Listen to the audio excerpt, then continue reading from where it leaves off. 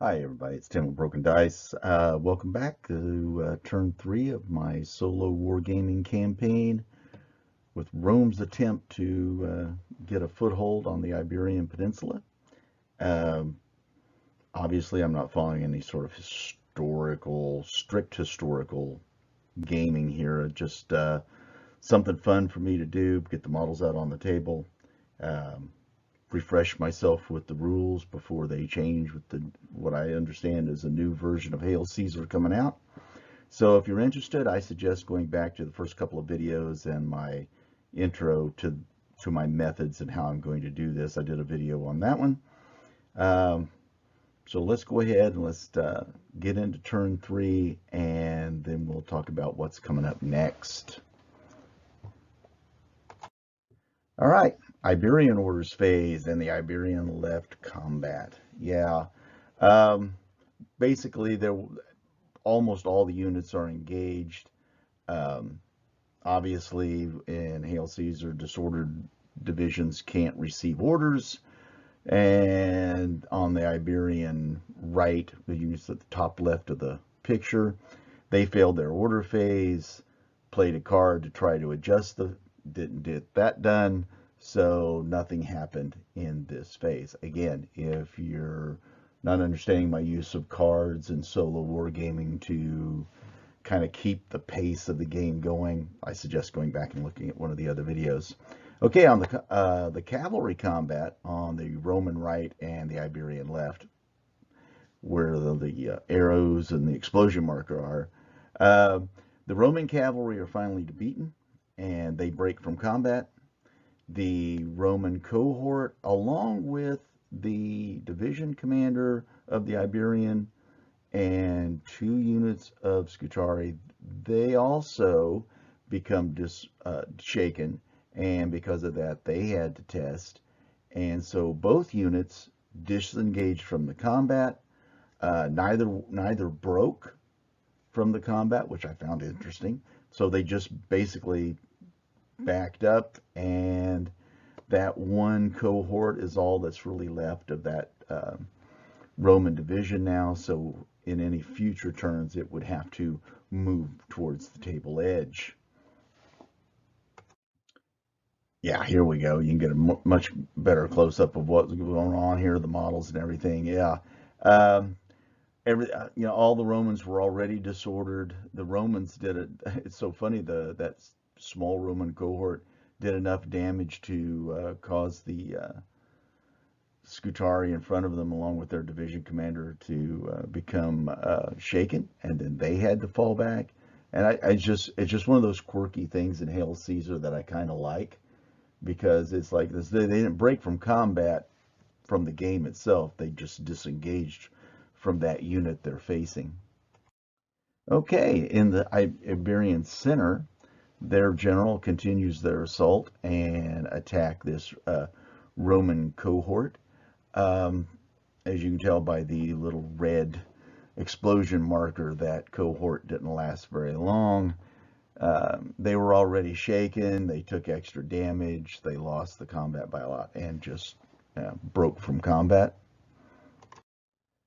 Okay, here you can see kind of a wider picture of what's going on. On the right, you can see those 2 infantry units from the Iberian left having fallen back. The Iberian general in the center has been victorious, and because of proximity, he turns to face those nearest Roman cohorts. And on the left of the screen, you can see that the once victorious SCUTARII that have just kind of snowballed a couple of Roman units finally met their match and broke from combat. But in this one, again, this is one of those interesting little combat things. Um, the Romans, they became shaken. You got to remember, I count these as small units, so their stamina is only 4. So they both became shaken, and they both had to give ground, and both were disordered. But for the Romans, they did not break from combat, unlike the Iberian SCUTARII. All right, Romans orders phase. Again, there's not much to say in this. There's only a few units that weren't engaged, and those that, except for that one cohort that's already shaken and disordered, it's moving towards the table edge because the rest of its division was broken. Okay, so the unengaged cohorts in the center. One was in line to do a individual order, and the other one, because it was led by the Roman commander, it did a follow me order. And then the far left on the picture on the right shows the Roman cavalry charging uphill against the Iberian cavalry. Okay, this kind of brings us to the end of the game, and what a lot of times when I'm playing games with that involve like a lot of tribal, like my Gauls would be this way, the Iberians, a lot of Germans would be this way, a lot of these tribal territories. When your leader dies, normally your resistance sort of crumbles, unlike the Romans who could continue to fight under their sub-commanders and even their centurions and stuff. So this is I seems like a good ending point for this first campaign battle. As you can see, the Iberian General dies, and so I'm going to bring this to an end. The game was very close, very close. Many things could have gone either way. Just dice rolling, really.